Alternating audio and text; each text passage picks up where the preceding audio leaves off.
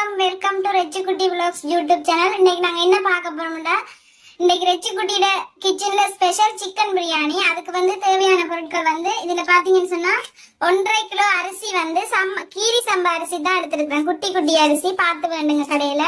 அதுல 1.5 கிலோ எடுத்து ஊற வச்சிருக்கிறேன். அதே மாதிரி இதுல 1.5 கிலோ அரிசிக்கு 1.5 கிலோ சிக்கன் வேண்டி தயிர், இஞ்சி பூண்டு பேஸ்ட், பிரியாணி மசாலா போட்டு மிக்ஸ் பண்ணி வச்சிருக்கிறேன். இது ஒரு அரை மணித்தியால மூர்னா தான் பிரியாணி உங்களுக்கு டேஸ்டா இருக்கும். அதே மாதிரி இது 400 கிராம் தக்காளி பழம், 400 கிராம் வெங்காயம், ஒரு 7 பச்சை மிளகாய் வெட்டி வச்சிருக்கிறேன். இதுல பாத்தீங்கன்னு சொன்னா இதுல எக்ஸ்ட்ராவா ஒரு 2-3 சிக்கன் துண்டு பொரிச்சு வச்சிருக்கிறேன். இது லாஸ்டா சேர்க்கிறதுக்கு. இதுல ஒரு 7 முட்டை அவிச்சு வச்சிருக்கிறேன். அதே மாதிரி முக்கியமானது என்னன்னு பாத்தீங்கன்னா 2 பிரியாணியில அன்னாசிப்பூ, பட்டை, கிராம்பு, ஏலக்காய் எல்லாம் இதுல பெரும்பா எடுத்து வச்சிருக்கிறேன். அதே மாதிரி இது ஸ்ரீலங்கால ரம்ப இலண்டு கேட்டா கிடைக்கும். அதே மாதிரி உங்களோட வீடுகள்லயும் இருக்கும். அதுல ஒரு 5-6 இலை எடுத்து வச்சிருக்கிறேன். கருவேப்பமில தேவையான அளவு. நான் பிரியாணி மசாலா இந்த பிராண்ட் தான் பாவிக்கிறது. அதனால இந்த பிராண்டோட பிரியாணி மசாலா தேவையான அளவு. இஞ்சி பூண்டு பேஸ்ட் இப்படி இடிச்சு வச்சிருக்கிறேன். அம்மியில அரைச்சு இடிச்சு வச்சிருக்கிறேன். அதை விட தயிர், நெய்யெல்லாம் நான் உங்களுக்கு செய்யும் போது காட்டுறேன். ஓகே, வாங்க செய்முறை எப்படின்னு பார்க்கலாம்.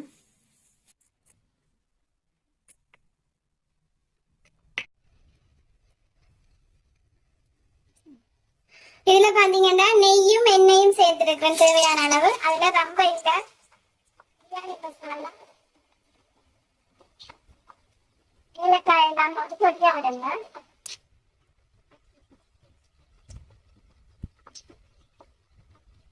அதே மாதிரி இதுல பாத்தீங்கன்னா தக்காளி பழமும் வெங்காயமும் சேர்க்கிறேன்.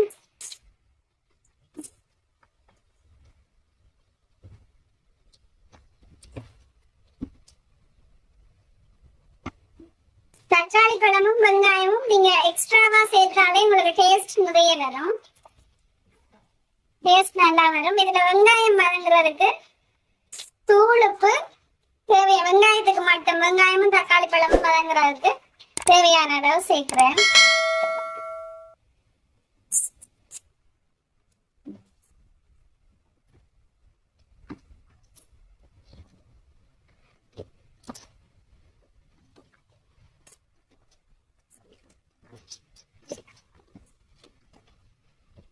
இது தக்காளி பழம் போட்டவே தெரியாம நல்லா மசிஞ்சு வரணும். அந்த அளவுக்கு வதக்கி விட்டு கொள்ளுங்க.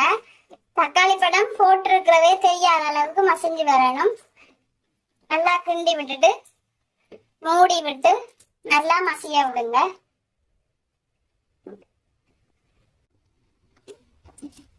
ஓகே, பாருங்க, நாங்க தக்காளி பழம் போட்டதே தெரியாத அளவுக்கு நல்லா மசிஞ்சிட்டு பாருங்க, நல்லா மசிஞ்சிட்டு இதுக்கு பிறகு இனி மற்ற எல்லாம் சேர்க்கலாம். பாருங்க, நான் இனி என்னென்ன சேர்க்கிறேன்.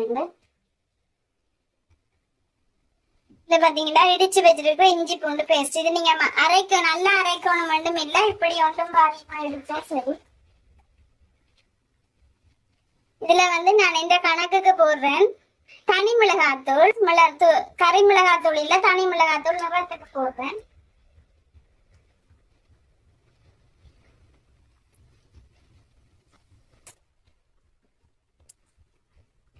அதே மாதிரி பிரியாணி மசாலா உங்களோட அளவுக்கு ஏற்ற மாதிரி போட்டுக்கொள்ளுங்க. நான் எந்த கணக்குக்கு போடுறேன்.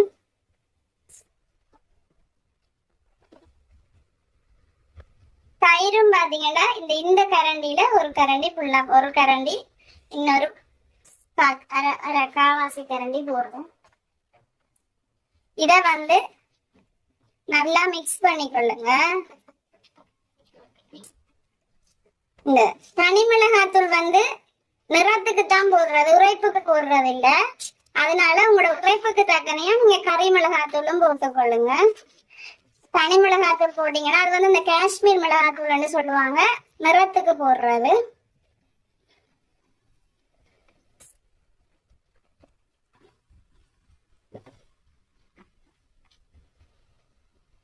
இதுல எங்களோட உரைப்புக்கு நான் கொஞ்சமா கறி மிளகாத்தூள் சேர்க்கிறேன். உங்களோட உரைப்புக்கு தேவையான அளவு சேர்த்துக்கொள்ளுங்க. இனி நாங்க இதுல சிக்கனை சேர்த்துக்கொள்ளுவோம்.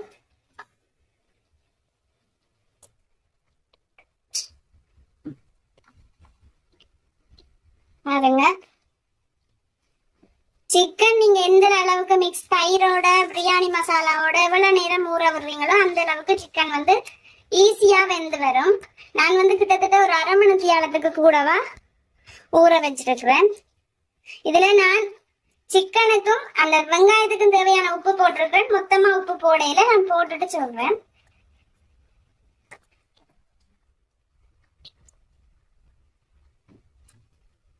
நல்லா மிக்ஸ் பண்ணிட்டு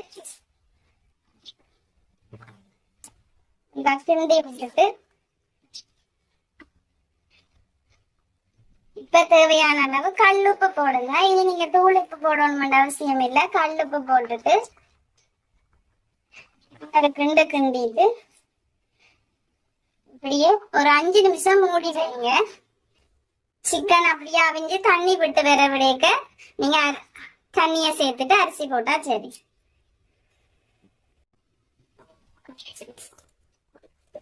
ஓகே இப்ப பாத்தீங்கன்னு சொன்ன சிக்கன்ல உள்ள தண்ணி எல்லாம் விட்டு வந்து நல்லா அவிஞ்சு சிக்கன் வந்து ஒரு அராவியல்ல வந்துட்டுது. இதுல வந்து நீங்க எந்த சுண்டால அரிசி அளக்குறீங்களோ அதுல வந்து இப்ப சிக்கன் கூட போட்டீங்கன்னா தண்ணி நிறைய விட்டு வரேன். நான் வந்து 1க்கு 1.25 தான் விடுறேன். 3.5 சுண்டுக்கு 4 சுண்டு அரிசி அது அந்த கணக்குக்கு 1.25க்கு விட்டா சரி. கொஞ்சம் நீங்க 1க்கு 1.25க்கு விட்டீங்கன்னா உங்களுக்கு அரிசி கணக்கா வரும்.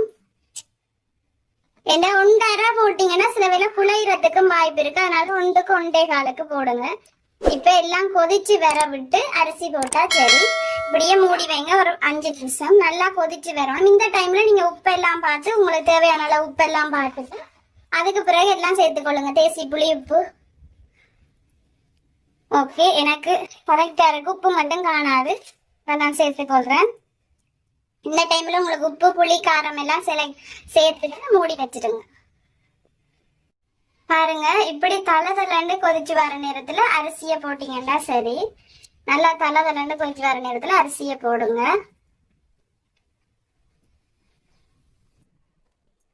பாருங்க அரிசிய போட்டுட்டு நல்லா இப்படி கிண்டி விடுங்க. கிண்டி விட்டு அரிசியும் தண்ணியும் வந்து சரியா மட்டமா வரணும்.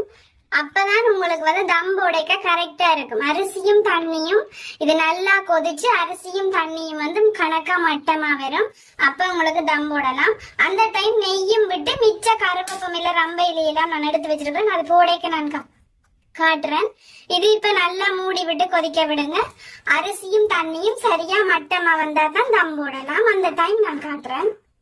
ஓகே இவ்வளவு பதம் பாருங்க. அரிசியும் தண்ணியும் நல்ல நீங்க 1க்கு 1.25 வச்சீங்கன்னா ஓகே. என்ன சொன்னா 1.5 வச்சா சில வேளை புளிய பார்க்கும். இது வந்து பதம் கரெக்டா இருக்கும். அரிசி முட்டை அரிசியா இருக்கு. அரிசியும் தண்ணியும் அமைஞ்சிடும். இந்த டைம்ல பாருங்க நான் முட்டைய சுத்தி வைக்கிறேன்.